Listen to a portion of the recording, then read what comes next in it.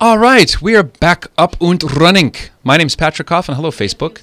Possibly YouTube. We're trying out a new bit of software that will enable simulcasting. So we'll know shortly. I want to welcome a longtime friend. I've interviewed him many, many times. He's recently been promoted to the august level of Director of Book Publishing by the Augustine Institute. He's a writer. Tolkien, C.S. Lewis, Shakespeare, that's his sweet spot, especially the cultural narrative of the West. Joseph Pierce, so great to see you again, my friend. It's good to be with you, Patrick. People say of professors of literature that they're men of letters. That always cracked me up. Like W and H, but also R. Do you have a special letter from your vault of Sesame Street affiliation? Because I know I don't have a special letter because I'm a man of letters, so I have many letters. Yes, all English, I presume, all 26. Yes, interesting. Because all English pronunciation and English spellings. So do you still, when you type, honor, color, valor, O-U-R? Yes, I do. I always use English spelling. Of course, occasionally now the monster tyrant called Microsoft might correct me automatically, so I never know how it's going to come out the other end, but I still write O-U-R for valor and color and such like, and I still know the alphabet from A to Z. A to Z. Yeah. All Canadians are nodding. Right. Now, until I want to say the 40s, maybe earlier than that, in my home and native land of Canada, we also drove on the wrong side of the street. The right-hand side driving was not with part of Canadian history since the invention of the auto. Most people don't realize that. So maybe that's a good say. You realize, of course, that where automobiles are concerned, that right is wrong and left is right. That's too much. I don't know if that's a paradox running into a metaphor, running into an allegory. Side of the road. Fantastic. Well, maybe that's a good segue into our topic of what the culture war is all about. You're an Englishman. I'm Canadian. We're both here in America. I married a Latina. You married an American. So we've got a multicultural angle on the question of what the culture war is. In Canada... Actually, Patrick. Yes, sir. Yep. I actually married a Californian. Is that an American? I'm still a bit confused. There's some debate about that. Yeah, I know there's no debate among Texans, our neighbor to the south, but that's good. The People's Republic of California. Well, your good wife got out before things got really crazy, so there's a blessing in disguise.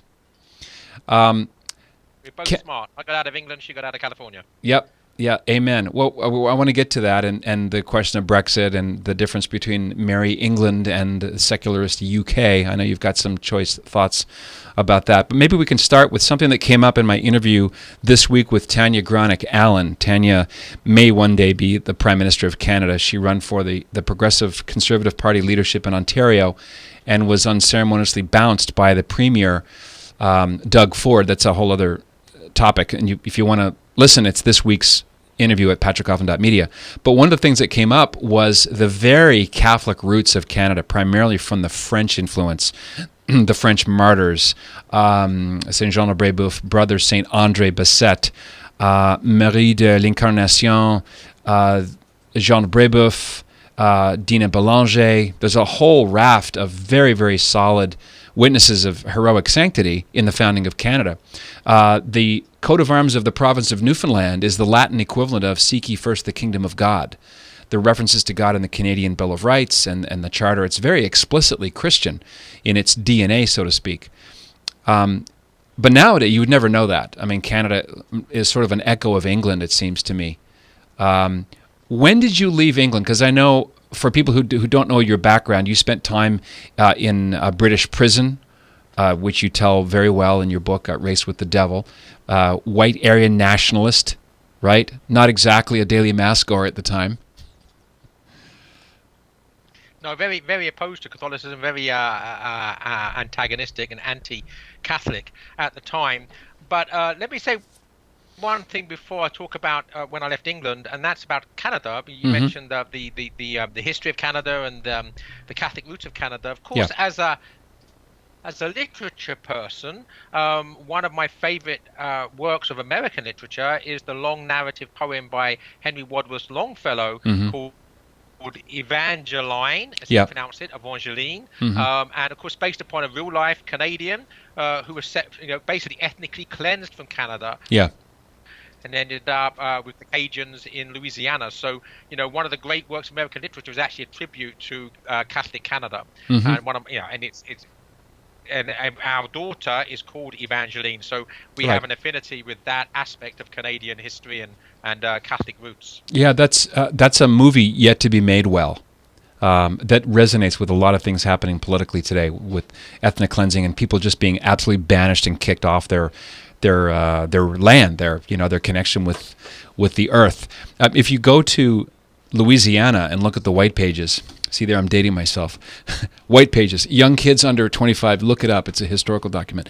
All the surnames of Nova Scotians and New Brunswickers are very similar. There's a lot of overlap with people in Louisiana because of the expulsion of the Acadians, l'Acadie, which is where Right. we get the word Cajun food, l'Acadie or Acadian. So, Well, Louisiana, apart from South Carolina, where I live, Louisiana is my favorite state in the whole United States, and it is precisely because of its Catholic identity, heritage in the cuisine, in the music, yeah.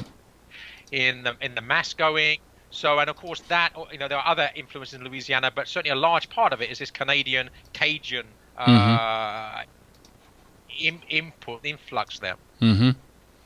Whenever I read something about British politics or the culture now in what they call the UK, I'm specifically referring to England. Pardon me? Yeah, I guess your volume's a little bit low, Joseph. Some of the listeners are saying. I don't know if you can turn up your output a little bit. This might be as good as it gets. I can Oh, speak up. that's actually a little bit better. Yeah. I'll There's speak the up. I'll speak louder. The little boy, Alfie, there's a similar story unfolding now in France, Vincent Lambert, but there was Alfie Evans, I think was the boy's name, and this British hospital were pretty keen to have him die on their schedule. Tommy Robinson found guilty again of contempt of court because he was filming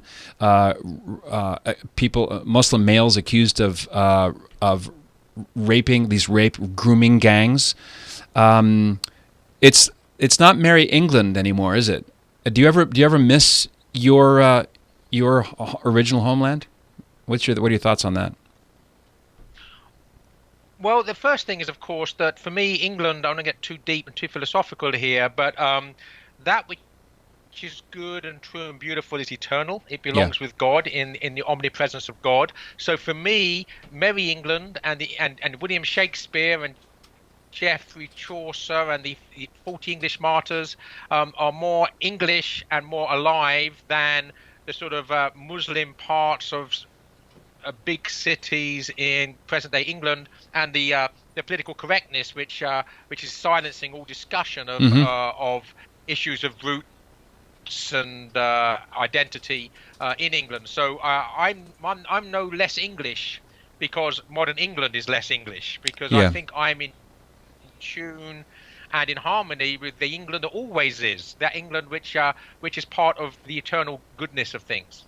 And England began, of course, as Catholic. There was no before the C of E came along and Henry VIII. Right. Well, England was a Catholic country actually before the Anglo-Saxons arrived. I mean, the Romans brought it over, probably not that long after the time of Christ. The Romans came to England in 50 AD, so only Mm-hmm. under 2 decades after the crucifixion. Yeah. And at that time, of course, Christianity was spreading throughout the empire. So basically, the Catholicism came to England probably in the 1st century, and it spread. So that by the time the Romans left England, that wasn't called England then, of course, because England means Angle land, the land of the Angles, Anglo-Saxons. So what it was called Albion by the Romans or Britain, but it was already Catholic. And then Mm-hmm. when the Romans left and the pagan tribes came in, there were still always remnants of Roman Christianity in the north and west of the country. And then, of course, St. Augustine came over and converted the pagans. So England was basically a Catholic country for almost 1,500 years by the time that Henry VIII comes along and decides to found his own religion. What are your just fast forwarding to? This is the true England, Patrick. That's the point. Sure. This is the true England. To me, the true England is the England which is true to the truth, which transcends political trends and fads and wrong turns. I'm thinking of Roy Campbell and Joseph Francis Thompson and Hilaire Belloc, Chesterton, Lewis. Of course, Lewis wasn't Catholic, but maybe we can just linger on C.S. Lewis for if you linger on the very English C.S. Lewis, and if he were to be brought back today, Star Trek teleport style, he most certainly would be a Catholic. True or false? Well, if you want a true or false answer, I'm afraid I'm going to let you down and say maybe. I'm not hedging my bets. I'll explain that. But first of all, I would like to say that you say the very English C.S. Lewis. C.S. Lewis might actually take umbrage at that. He was, of course, born in Northern Ireland. Would probably call himself an Irishman. Joseph, I have to press pause here. Yes, that was a very bad faux pas. In fact, his Belfast upbringing might explain why he didn't cross the Tiber, actually. So exactly. That's why that's why I said maybe. You know that J.R.R. Tolkien said when Tolkien, Lewis's great friend, was asked why did Lewis never become a Catholic? He's dead. He's gone. Tolkien. Yeah. Sorry, sound went a little bit. So can you hear me? I can now. Yeah. So Tolkien, his very good friend, what? So Tolkien, Lewis's good friend, when he was asked why Lewis never became a Catholic, he laughed and said, well, it was the ulterior motive. And this is, of course, a pun on Ulster, which is the name for Northern Ireland. That's brilliant. So what Tolkien's saying is that Lewis's sectarianism, his anti-Catholic upbringing, was that step too far. Yes. Now, the reason I said maybe, Lewis would not have and could not have remained in the Anglican Church. He despised modernism theologically. He was completely opposed to the ordination of women. He wrote an essay called Priestesses in the Church. He would not have remained in the Anglican Church. However, there's always the possibility that he could have taken the Eastern option. If his negativity towards the Pope was such that he wanted to circumvent that issue, he could do what many evangelicals do and become Greek Orthodox. I never thought about that. Yeah, sure. Weird. Well, Lewis called himself an old Western man, so it would be really weird for someone as Western as Lewis to choose the Eastern option, but it really depends how antagonistic he was towards the papacy. What are your pressing fast forward to the present? What are your thoughts as an expat Englishman on Brexit? Well, I've always been very in favour of Brexit, largely because the European Union is an absolute hideous, corrupt tyranny. Every time that the European Parliament and the European Commission are audited, billions of euros are unaccounted for. It's completely undemocratic. It's tyrannical. And I believe that power needs to be closer to the people. In other words, that we need local government, not macro, international, globalist government. So I've always been opposed to the European Union. And I delight the fact that the English people have had the guts and the courage to stand up and say, we want out. And I hope that they continue to persevere. And the most recent elections were, again, a wonderful endorsement of Brexit. And the politicians are doing their best to ignore and avoid the will of the people, but I think that basically the time has come where they can't do that any longer. It's the failure to deliver that seems to be the main reason why Theresa May is no longer the Prime Minister. Yes, I mean the point is that when the UK Independence Party won the European elections and the Conservative Party were blown aside by this new party, the Conservatives got themselves re-elected by promising a referendum. And then they just assumed that, with all the mass media, the big money, the big business, the big politicians, all the big guns, basically propagandizing in favor of remaining in the EU, that the British people would actually vote to remain. Yep. And when the British people voted overwhelmingly for Brexit. The Conservative politicians, the professional politicians, of which Theresa May, of course, was the leader, not know what to do. So they delayed, they procrastinated, and they were cowards. And the EU used bullying tactics, and it worked because Theresa May was weak and didn't have the courage of any conviction to leave anyway. So yes, it's destroyed her political career, which it needed to do, because she reneged upon the promise that they would deliver Brexit. And I hope that the next Prime Minister, Boris Johnson possibly, will actually deliver Brexit as he's promised. There's one politician he's been on my radar for some time, and I've been in touch with his press secretary, and hope springs eternal that he'll come on the show one time, and that's Jacob Rees-Mogg and the Mogmentum phenomenon. This is it's a very posh, very Etonian, whatever the best adjective is, but he's in some ways a throwback, and I mean that in a good way. Thoroughly modern Englishman. He has sort of the affect of a librarian or a Tweedy professor, but he has a definite spine and seems to draw from principles that are explicitly Catholic. I don't know if you've had much exposure to his debates and his speeches, but he's quite impressive. I have indeed, and he is very impressive. He's somebody who understands the world from a Catholic perspective. That's one thing. But then having the courage in the political sphere to express that against the grain in England. I mean, it's much easier to swim in the Catholic flow in the United States. Yeah. Than it is in England. You can be somewhat lonely voice in England, and he has the courage of his convictions. He's very eloquent. He wins arguments. And he has the courage of his convictions. And it would be a dream come true for me if Jacob Rees-Mogg were ever to become Prime Minister. But England is so secular that I suspect that his faith will probably disqualify him from that actually being a possibility. But at least in the interim, he's a very powerful and eloquent voice in the public square over there. There's something about him that reminds me of the time when Hilaire Belloc stood for Parliament, and he was getting some pushback for his Catholicism. And I'm sure you know the anecdote. He took out his rosary and said, "I tell these beads every morning. If you don't want to vote for me, then go pound sand." I mean, that's probably a butchered summary. Your sound is still a little bit low, Joseph. I'm not sure why. I know you're speaking highly. Well, it would have to be the input. Yeah, it's the input there. Let me turn up the actual volume. Turn up the volume 100% on my PC. Okay. It's 100% on the mic. Is that any better? Yeah, is that any better? Or not? It's really more of the input better? inside the system, right? Right. Yeah, just say a few more words if you could, and then we'll get some feedback directly from our live audience. Yes, it's good to be here, to be with you. Can people hear me? Yes, I think that's a little better. A little bit better? Not his volume. Yeah, that's not about your the volume? best I could do. Yes, the best he can do. Can we just keep going? This is the best he can do. So as the saying goes, it is what it is. We'll just we'll make do. Welcome to live broadcast. I've got the microphone volume up maximum. Yeah. The microphone volume is maximum. The PC volume is maximum. I don't see what else I can possibly do.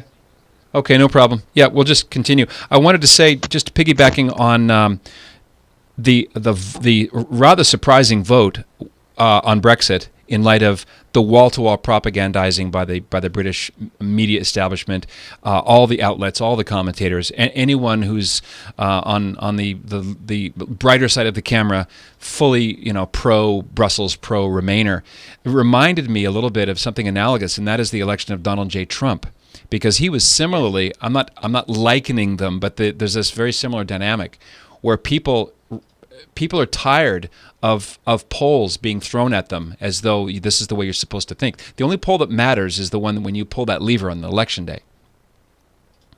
Yeah, except what it's done for me, and it's very encouraging for me, is to show that I just assumed that the British people and the American people would be brainwashed. If you only hear one side of the argument for 90% of the time. Yeah. I just thought, well, most people are not, they don't have enough nous, enough knowledge to actually sift through the propaganda and the lies and the half-truths. And they'll just buy it hook, line and sinker and vote the way that the propaganda basically directs them to. Yeah. So it's been very encouraging for me to know that people can, if you like, ignore the bias and vote in defiance of the bias. And I think that's extremely important that we actually see that. And the other thing I would like to say, particularly as regards Brexit, is the courage, because the whole of the Remain campaign was not geared to look how wonderful the European Union is, because everybody knows the European Union stinks and it's corrupt and it's a bully. The whole campaign was, well, you might not like the European Union, but if you leave, you'll be without a job, you'll be poor. Basically, it was pure fear mongering, scaremongering, just to make basically super loud now. bully and browbeat people into voting the correct way. I'm also really pleased with the British people that they had the courage to say, well, we'll take the chance. We think you're lying, but either way, we'll take the chance. We'll risk it. Yeah, and go the way they've gone for, as you say, millennia, without the European Union. I think people are all basically conservative in the sense that lazy. Once you get a rut going, it's hard to shake a habit. But obviously, something needed to change, and it did. Going back to Jacob Rees-Mogg, and this is I want to segue to some of our Coffin Nation members who've got first in the queue to ask you a question, and that is when Jacob Rees-Mogg is asked about the redefinition of marriage, he's very clear and will not be put off his talking points, so to speak. He speaks very mellifluously about marriage as a social contract with social consequences, and also marriage as a sacrament. And I'm always waiting for him to say, I'm so sorry if anybody's feelings were hurt. He never does that. And I think, back to the Belloc example, I think that resonates with people. Okay, I don't agree, but wow, he's speaking from a place of consistency, and he's not doing a Clintonian mushy take it all back. That's the most depressing thing of all. And when you don't see that, you see that sterling ability to take pushback and people calling you potty words and something. That is awesome. So go ahead. A man who has honesty and integrity and courage. Now, even if you disagree with him, right, unless you're really rabid radical, you respect that in your opponents. And in a healthy democratic society, that's the sort of level of engagement we should be having. Whether we agree with someone or not, we should be talking about issues, and what's right and wrong, and what's objectively true and objectively real, and not just talking about feelings and you're offending me, which basically puts an end to all rational discussion. Mm-hmm. That actually just hurt my feelings, Joseph, but we'll continue. Here's the question. This is from Melissa, and it's fleshed out very well, so I'll just read it as is. Since the topic today is the culture war, I'm thinking about the huge divide that unfortunately exists between the LGBTQ+ community and intentional Catholics. It's hard for one to connect with the other. I'd love to hear some discussion or discerning attending a same-sex quote-unquote wedding, especially for parents and relatives. A coworker or friend can just say, "Sorry, I'm not available," without ending the relationship, but family can't. It seems to be a decision that is tough to balance. Is it better to meet the loved one where they're at by attending and try to keep the relationship open, even though they know you don't approve, or to act on the truth that marriage can only be between a man and a woman, knowing that it may end that relationship and thus be less influential? ? Is one more loving than the other? I have thoughts on that, but I'd love to hear yours first, Joseph. Attending. Yeah, well, the first thing I will say before proceeding to my main point is that I do believe in subsidiarity, which means that I do believe that an issue that's within family members is something which belongs within the family. So in other words, how parents in that situation would cope with one of their children going into one of these non-marriages is not something I want to lay down an absolute golden rule about. But I will give you my opinion, and I'll give you what I would do. And my daughter's too young, and I have a daughter in English not too young. But this is what I would do. I would not go to the marriage. And does that end the relationship? Well, no. I think that relationship has to be based upon honesty and integrity. And you can continue to love the person and say, but you're not going to play ball when they're actually doing this thing which is sacrilegious, which is destructive of the whole understanding of marriage and the family is at the very heart of any healthy society, and anything which contributes towards the destruction of the family is contributing towards the destruction of society, and also contributing to an increase in the attacks on motherhood, fatherhood, and childhood, and ultimately increases the amount of child abuse in society. In other words, the path of least resistance, I would argue, in this case is not the path to take, and we have to, if you like, grasp the nettle and maybe alienate and put a distance between ourselves and our children for a period of time, continuing to love them in the hope that if we continue to love them, they will return to us and discussion with us. I would not go to the wedding, but as I've said, to go back to where I began, I'm not laying down laws for individual family members. That's something that's for them to decide. Yep, that pretty much lines up with the way I would approach it. The question of the ongoing open door is an important one. I like to flip it upside down and imagine the thought experiment of going to a wedding of your daughter or your son to someone of the same sex. They know that you disapprove. Isn't you being in the room, sitting in that pew or wherever in front of the justice of the peace, wouldn't that be more of a fly in the ointment, more of a kind of a noxious, jarring presence? Imagine if the parents in the wedding despised the fiancé and didn't support the wedding at all. Is that going to make for a better marriage celebration? Having the people who despise your intended to be? Probably not. Well, I think it goes back, Patrick, to what we were saying about Jacob Rees-Mogg. I think that people respect coherence and honesty and integrity and courage. And if one of our children is doing something they know we disapprove of, they shouldn't be surprised if there is a resistance to that action. Yeah. I mean, if that's what a relationship's about. You don't endorse bad behavior. Yeah. Yeah, in my own case, it's not even a close. I wouldn't need to do any discernment. I would just have to make the decision, which to me would be a clear one. I couldn't go. There was a commercial back in the 70s, friends don't let friends drive drunk. I've also heard it said, friends don't let friends lie in public. To say I will and I do to a it's not a marriage. This is the irony, right? There's no such thing as gay marriage. It's like the tooth fairy. It literally doesn't exist. And so, but that takes courage, and I think it's definitely a help if both parents are on the same sheet of music, because if there's division there, then now that's when the fracturing happens, and then the blaming, and you should have been there for them, et cetera, et cetera.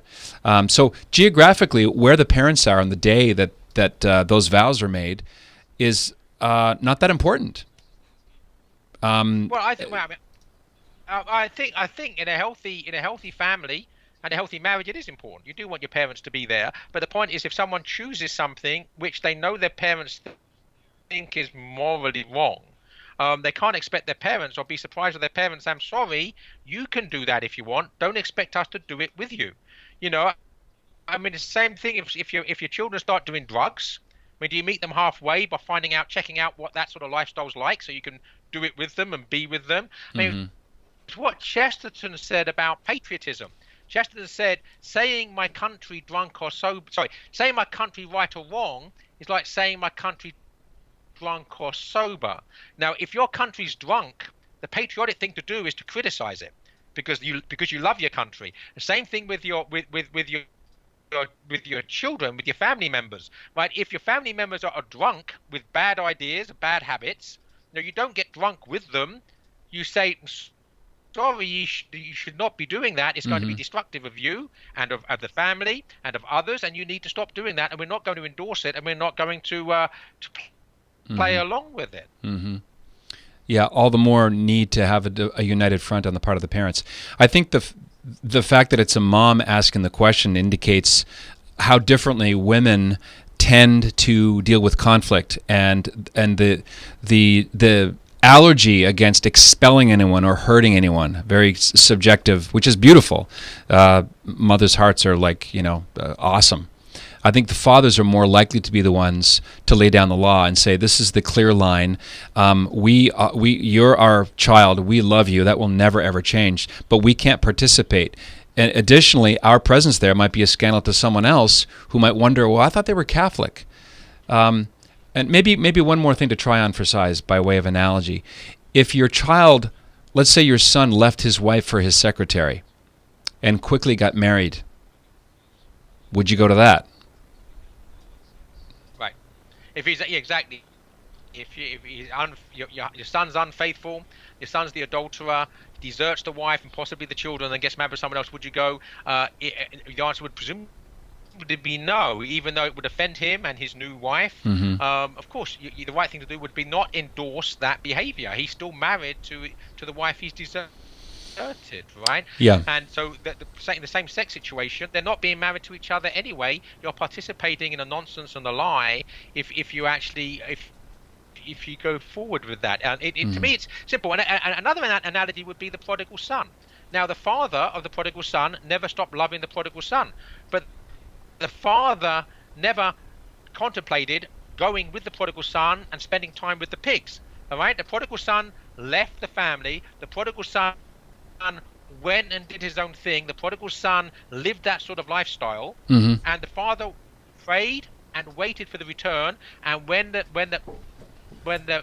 son returned with contrition, the father welcomed him with open arms. Okay, so there's a difference between loving and embracing the son or daughter when they are contrite and actually indulging them in their sin. Yeah, that's hugely different. I'm thinking now, and this applies to other things besides going to gay marriage or not. Matthew 10, verses 34, 36. People think that the phrase of Christ, I have not come to bring peace but a sword, has some kind of military or political meaning. And it does, but the context here is in the next few verses. For I have come to set a man against his father, and a daughter against her mother, and a daughter-in-law against her mother-in-law. And a person's enemies will be those of his own household. Sometimes you have to make a decision where that line is, how clearly you can see it, and are willing to act on it, knowing that if your first love is our Lord Jesus Christ and the moral law, that's going to put family loves in second place. And that's not easy. And if there's a conflict between the two, then your love for Christ comes first. And that is the way it has to be. It's the way our Lord and Savior Jesus Christ tells us it has to be. We have to put our love first and foremost in the Lord our God, and if that means we're in conflict with those we love, then so be it. I mean, that's the way it has to be. Yeah, including spouses, right? You can't participate in the evil that a spouse would commit, right? No, and that's the reason the church. That's the way that the church has always, been opposed to mixed marriages with Catholics marrying non-Catholics, because it puts at the heart of the marriage itself that division about the most important things. Yes. And I'm sure there've been many happy marriages between Catholics and non-Catholics, but there's always and often the danger that there's this conflict, and that plays itself down by fallout in the children. Right? If mother and father themselves can't make up their mind what the truth is, then surely it's just a question of opinion, right? Yeah. So it feeds into relativism. So I think it's very important that the husband and wife have to be one flesh. Then the deepest understanding of one flesh is the relationship between the bride and the bridegroom in Jesus Christ and the church, and we have to understand that really we have to be united in the most important things, which above all else, of course, is our relationship with Christ. Someone just wrote St. Thomas More and St. John Fisher in this context. Yes. Imagine and this comes out very well in the Robert Bolt play, the movie version starring Paul Scofield. To me, it's the most wrenching part of the whole movie. His daughters pleading with him not to do this. Beautiful. Here's Nathan, and then we'll go to the general Facebook hoi polloi. This is a Coffin Nation member, Nathan. I think the LGBT alphabet soup issue is the single most pressing issue. I'm living through this conflict in my family. My younger brother is transgender. He's legally changed his name, gender to female, undergone the top surgery, and is scheduled to undergo the bottom surgery this fall sometime. I've let him know firmly and charitably not to do this, citing everything from it being mutilation, chemical and physical. It won't fix the serious mental health issues and suicidal ideations he suffers, and will destroy our ability to relate through destroying communication. I've witnessed it tear up my family's abilities to relate to their children.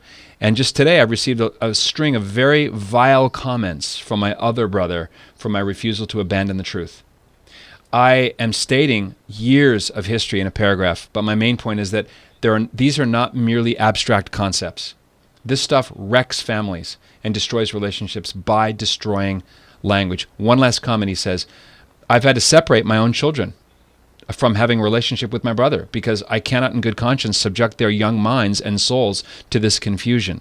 This is the source of their animosity, I think, that I have the nerve to stand upon truth and objective principles. Such a thing, it seems, can't be tolerated.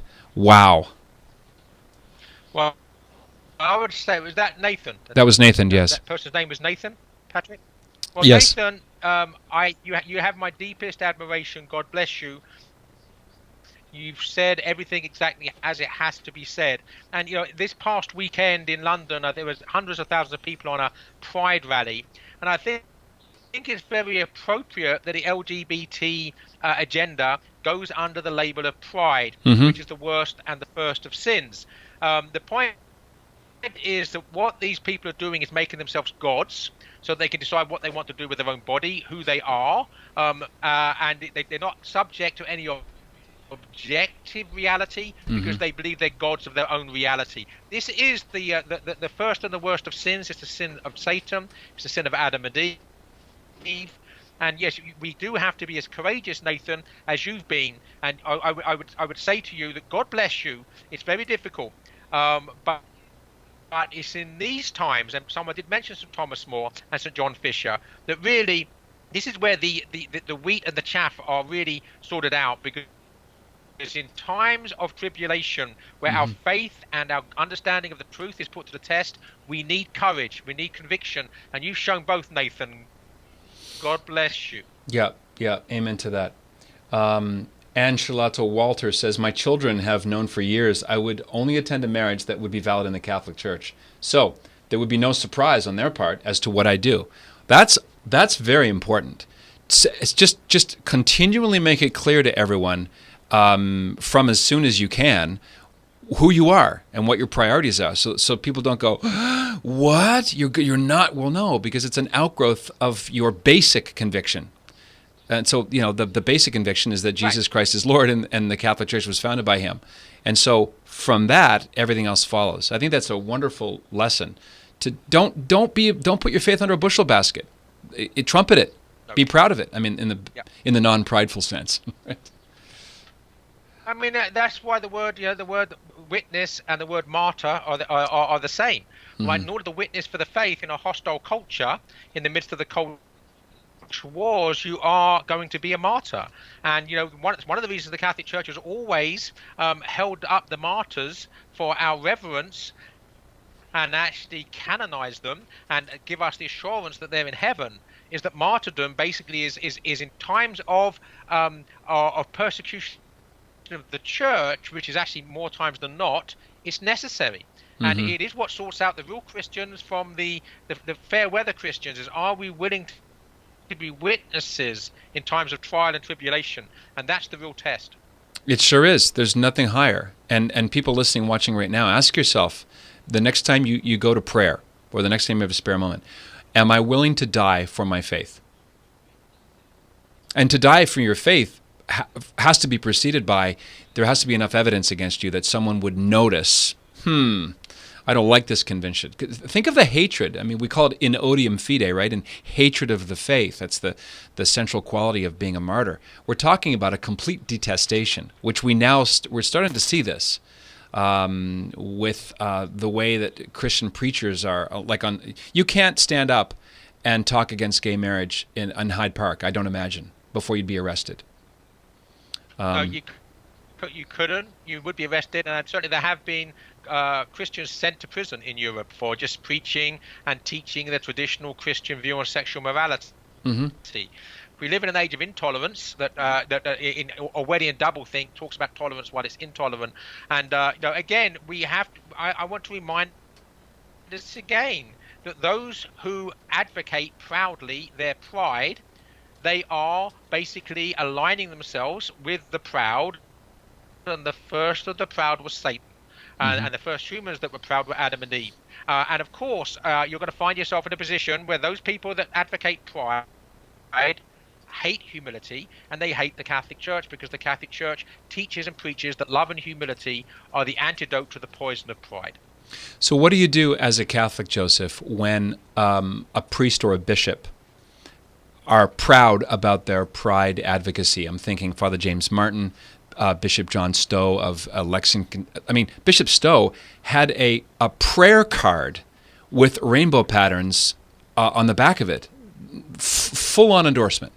It's dizzying. Well, yeah, I mean, I would go back to the example of St. John Fisher. How many bishops in England, when Henry VIII sets up a secular religion, and he says the state now basically runs the religion, if you don't accept me as head of the church, you will be effectively crucified, you will be put to death. How many bishops in England had the courage to oppose that? One, St. John Fisher. Of course, on the line is not quite martyr. Yeah, right. Except that today's priests and bishops aren't facing the guillotine or the gallows for their, for defending marriage. It's just perhaps it's a bit of virtue signaling. What I think I'm saying is that we should not. And history teaches us, right, that if you're looking for the path to heaven, you follow Jesus Christ and taking up the cross even unto death, as he did, and you follow the example of the saints. You don't follow the example of the bishops. All right, now some bishops are saints, but they're not saints because they're bishops, right? In most cases they're probably saints in spite of the fact they're bishops. So you don't follow the bishops, you follow the saints, and you follow Jesus Christ. Now the bishops, of course, there's a hierarchy within the church, but we have a right to demand leadership, and heresy is not leadership. Yep, that's a pithy way to say it. When people, getting to the official title of our live stream here, Joseph, what is the culture war anyway? People will often, they'll say it's a battle between those who want big government versus those who want small, those who are anti-gun control versus pro, taxation issues, pro-military, not. My sense is that the culture war is really about sex and the meaning of it, the purpose of it, whether or not sex has any purpose at all, because that seems to be the dividing line in the culture war. Those who have set aside reproduction as an aim, versus those who believe that one's body is one's own, and that there's no inherent moral law to sexual behavior. If you look at the predictions of Paul VI in 1968, when Humanae Vitae came out, he's certainly been vindicated as a prophet. They've all come true. Government is telling families how many kids they can have, the rise of pornography, the normalization of divorce, and now things that even Pope Paul VI could not have foreseen, the redefinition of marriage all over Europe in 2015 in the United States, and now the transgender confusion. It all stems from that fundamental building block of love and life belong together. So when you separate them, when you render those sunder, as the wedding vows say, the logic is inexorable. Does that make sense? Yes, but I would go deeper in the sense that I think it goes back to the original sin. In other words, that sex is meant to be subject to love, and love is about laying down our lives for the other. And so once instead of sex being about love, about laying down life for the other, and instead becomes about me, in other words, about pride and not love, that is when the problem comes in. So I think the theological root of this sex obsession is actually one of pride, and I don't think we need to lose sight of that. And the other thing I would say is we need not despair.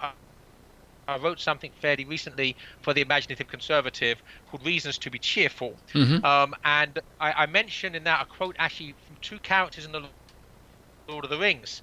Theoden in the Lord of the Rings says, "Oft doth evil will evil mar."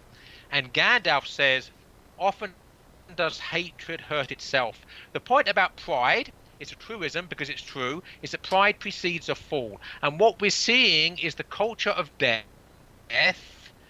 committing suicide. There's nothing sustainable in the lifestyle that's being advocated by these people.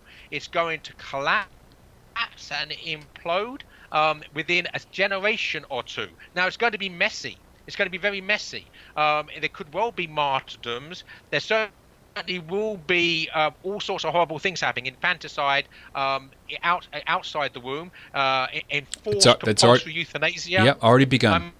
I mean, it's got to be necessary, because if you're not having children, you either have massive immigration, and there's all sorts of problems that come with that to keep the young people coming in when the host culture doesn't have children anymore, or you have an aging population, and the only people that will be allowed to live until natural death will be the rich, who can afford to keep themselves alive, or those who have traditional families and love them, and their own children will look after them when they get old. Everybody else will be terminated.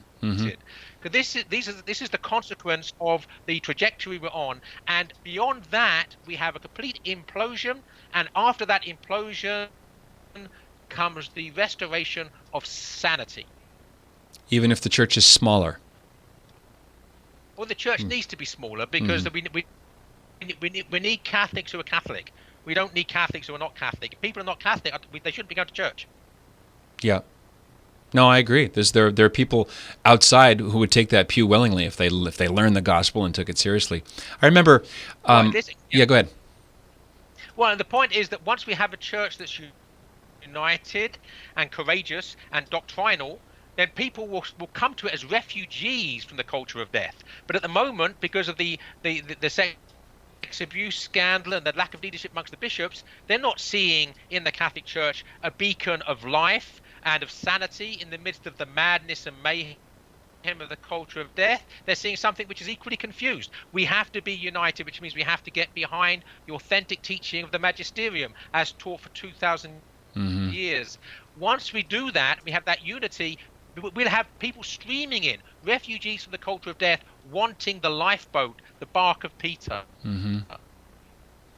When I was in Ottawa, I was studying with a secular institute of priests called the Companions of the Cross. It was a really great year in my life.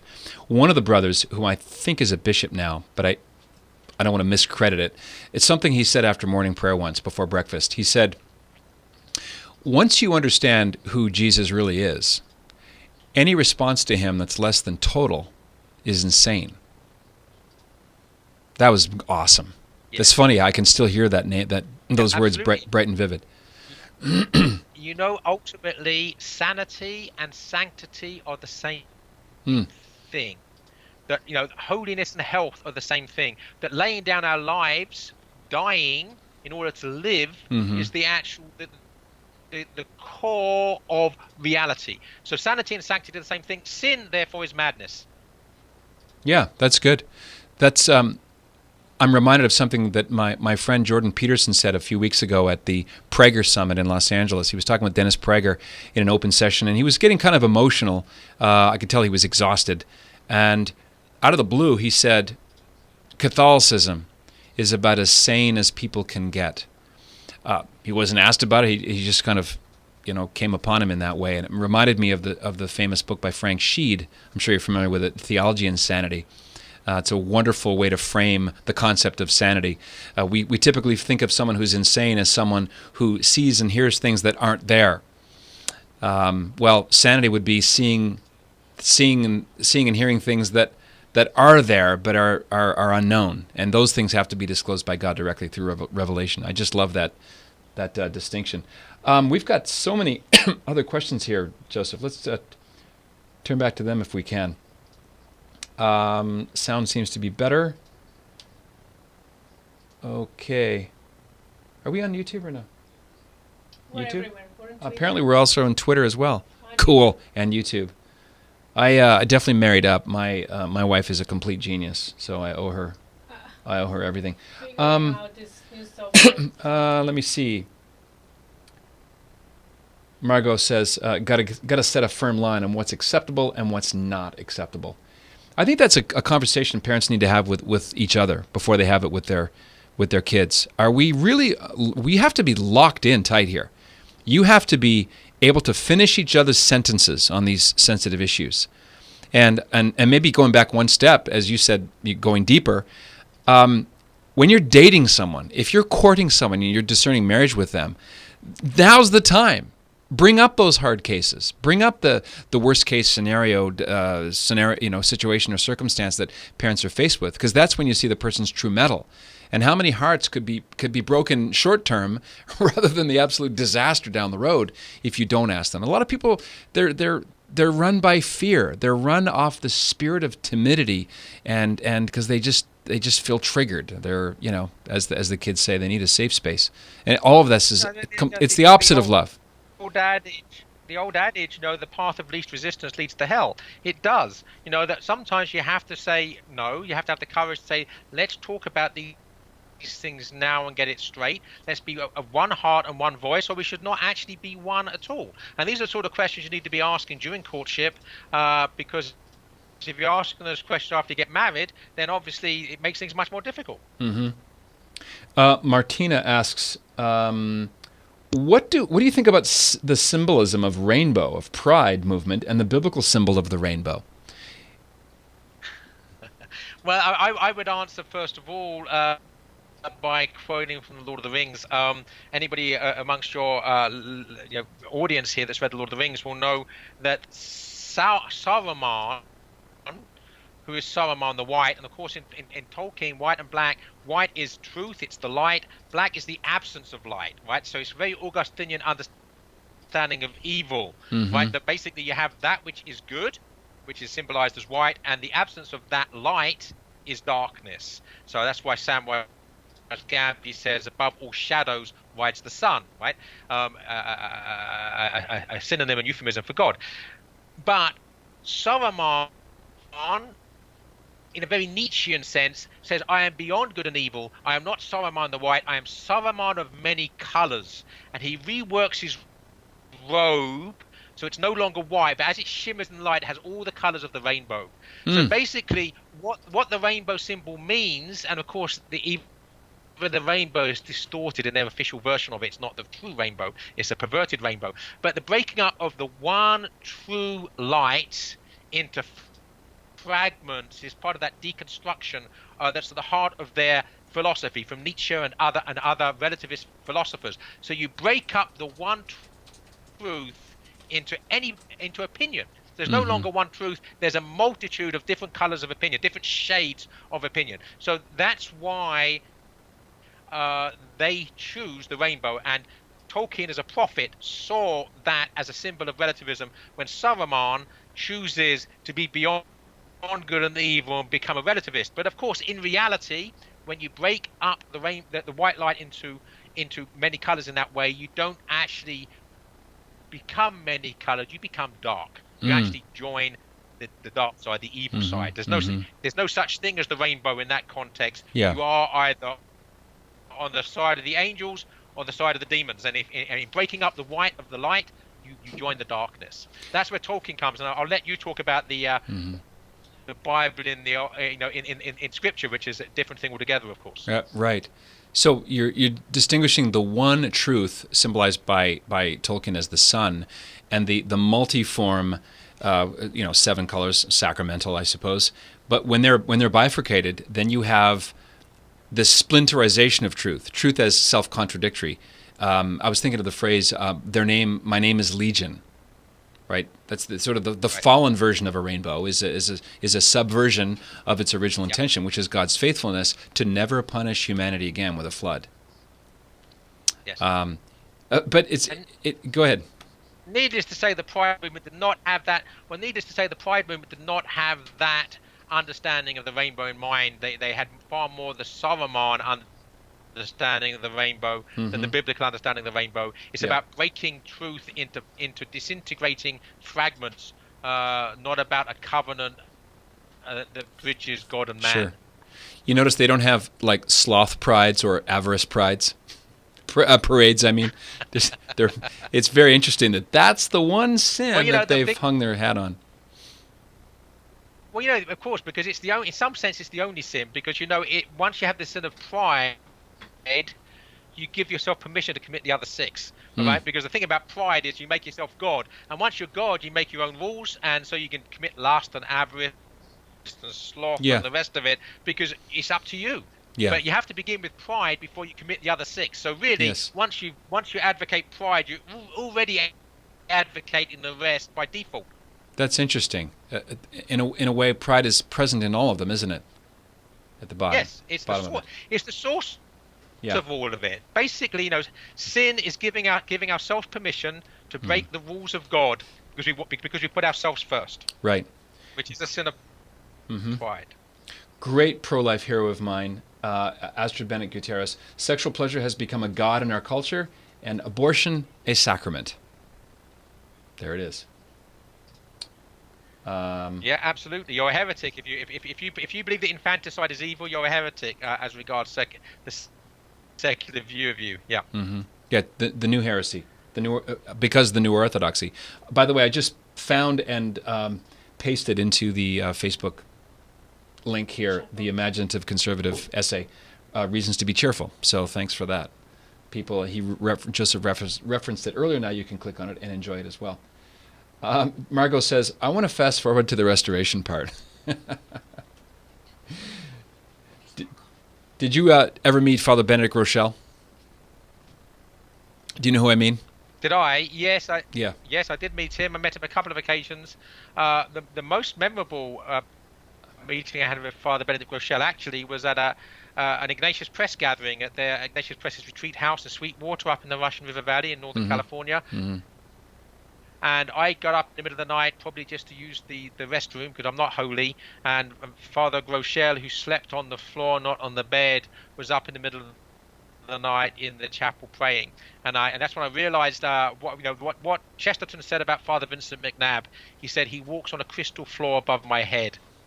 And I thought about that, and I thought, yes, Father Benedict Groeschel walks on a crystal floor above my head. He's in a different ball game. He had a wonderful down-to-earth Bronx sarcasm when he would talk about people worried about the second coming and the trials and tribulations of the end times. He found this to be hilarious. I remember one time he said in a talk, I'm from the South Bronx. In our neighborhood, we're like, Jesus, could you move it up to Tuesday? In other words, quicker would be better. Yeah, what I say as well, the whole point about the end of the world is the end of the world happens for all of us when we die, and that's fairly soon. We shouldn't be worrying about the end of time, because the end of time for us, I mean, I'm 58, I'm already got one eye on the finishing line. The end of the world's coming for me probably within the next 2 decades. So that's the only end of the world you have to worry about. The memento mori, the reminder of death and the four things, death, judgment, heaven and hell. That's the end of the world you have to worry about. Not that the rest of it is in God's good time. Maybe we can stop there very, very soon. I want to respect your time, Joseph. And that is the number of people who live their life in the fear of death. The letter to the Hebrews mentions this, that Jesus Christ broke the chains of the devil who held us in bondage to fear of death. Now, you had a near-death experience. Can you recall that and how it changed you? Yeah, again, I wrote about that as well. It was an astonishing, for me, a miraculous experience. I was out doing some yard work and stumbled upon a yellow jacket nest, and the yellow jackets got inside my clothes. And probably the mistake I made, because they were inside my clothes, was to run back to the house, which set my heart beating faster, pumping the venom around my body more. But to cut a long story short, when I got... By yellow jackets, you mean bees for our American... yellow jackets, bees. Actually, technically speaking, entomologically, actually wasps. The yellow jackets are wasps, of course, yes. Yellow jackets are wasps, not bees. I gotcha. Mm-hmm. So they got inside my clothes. I was being stung multiple times. So I took my clothes off, and then within about a very short time, a few minutes, I went into anaphylactic shock. And Susanna saw and got me in the car quickly and called 911. And the ambulance met us halfway to the emergency room in a supermarket parking lot. But by that time, my throat was swelling, so I couldn't breathe, and my heart was beating faster than it ever beat before, and I absolutely was convinced I was going to die. It's whether it was going to be asphyxiation or cardiac arrest, one or the other. What was going to happen first? And then there was this, so I could hear everything. My mind was very lucid. I could hear everything Susanna was saying on the phone to the ambulance people. I could hear my children in the back of the car, but I was at complete peace. I thought, I'm going to die now. And I was absolutely at peace. Now, I know that's a gift of God, because I know that if it wasn't for some miraculous grace coming, I'd be panicking. Not because necessarily I'm scared of death, but what, I'm going to leave my wife? I'm the only person who earns money in the family. This, they might have children who are kids, right? And one who has Down syndrome and autism. Everything rational would have caused me to panic. But all of that left me, because this whole sense of being at one with the will of God, and because I know it's not me, I'm not that holy, right? I know that it was something that was given to me. It was a gift of grace at that moment.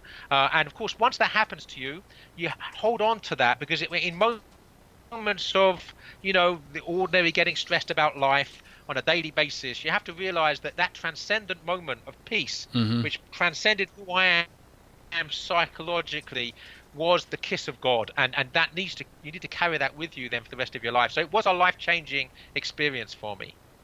That's amazing. Did you ever wish it came earlier? Well, it would have been helpful. Yeah, I'm visiting my over-analyst again. Happened to God in God's own time. Sure, God's own time. Exactly right. Yeah. I want to throw people to your website, Joseph. Go to, it's very easy to remember. It's jpierce.co. jpierce.co. Invite him. Yeah, that's it. J. Pierce. It's Pierce P. Now this gives me a chance to say it twice. Pierce, not like by a sword, but Pearce. jpearce.co. Buy his books. No matter what Joseph Pierce book you buy, I'm telling you, I'm an avid reader and I love his stuff. Whether it's Shakespeare or Tolkien or just the general culture. I think I first encountered your writing back in the St. Austin Review days, Joseph. I wrote an essay called Code Blue on the Hayes Production Code in Hollywood in the second edition. It's the one with Montgomery Clift on it. And I think Janet Smith also has. Yes. We're going back there. Right back to 2001. That would be 2001. Is that right? Well, I knew that you would know the year. That's awesome. We were both kids. Yeah, I was 4 years old. I was a child prodigy. Yeah. I was 6. Right on. Well, Joseph, thanks for being with us on our first multi-platform simulcast. I do want to mention before I give my final goodbye to you tonight, Joseph, that Coffin Nation, the largest culture building website, well, it's a membership community actually, coffinnation.com. We open the doors 3 times a year. So if you go to coffinnation.com, did you put the link up there? You can see the trailer. You can see the 3 levels of engagement. We only do this 3 times a year because, frankly, I don't want to be doing sales and marketing. I want to be producing commentary and bringing on influencers such as yourself, Joseph. So for folks interested, go to coffinnation.com and find out more. Get on the waiting list. Mention Germany? Yeah. We're also going to Catholic Bavaria. We're going to the Oberammergau Passion Play next May 17th through 25th. Go to patrickcoffin.media/pilgrimage. Our spiritual director is the amazing Father Willie Raymond, Holy Cross Father. He's the actor in the canonization cause of Father Patrick Peyton, famous for his phrase, the family that prays together stays together. So it's, I think, 10 or 11 days. Munich, Regensburg, Dachau, Salzburg, Austria, culminating in this a live passion play called the Oberammergau Live Passion Play. It only happens once a decade. It's on a lot of people's bucket list, including mine. So we don't want you to miss out. So patrickcoffin.media/pilgrimage. Joseph Pierce, thank you so much for being a gift. Love what you do. Keep it up. And I have goons I'm willing to send out and force you to come back in the future. Well, Patrick, it's been an honor, and please do keep up the wonderful work that you're doing. I have great respect for what you do, and may you continue to do it, and may you continue to have great joy and success in evangelizing the culture. Awesome. God bless well, you. There's lots of work, not so many laborers. So, thanks, my friend. Okay, Joseph, we'll talk again. Okay. Thank you. God Very bless. good. Bye-bye. God, bye-bye.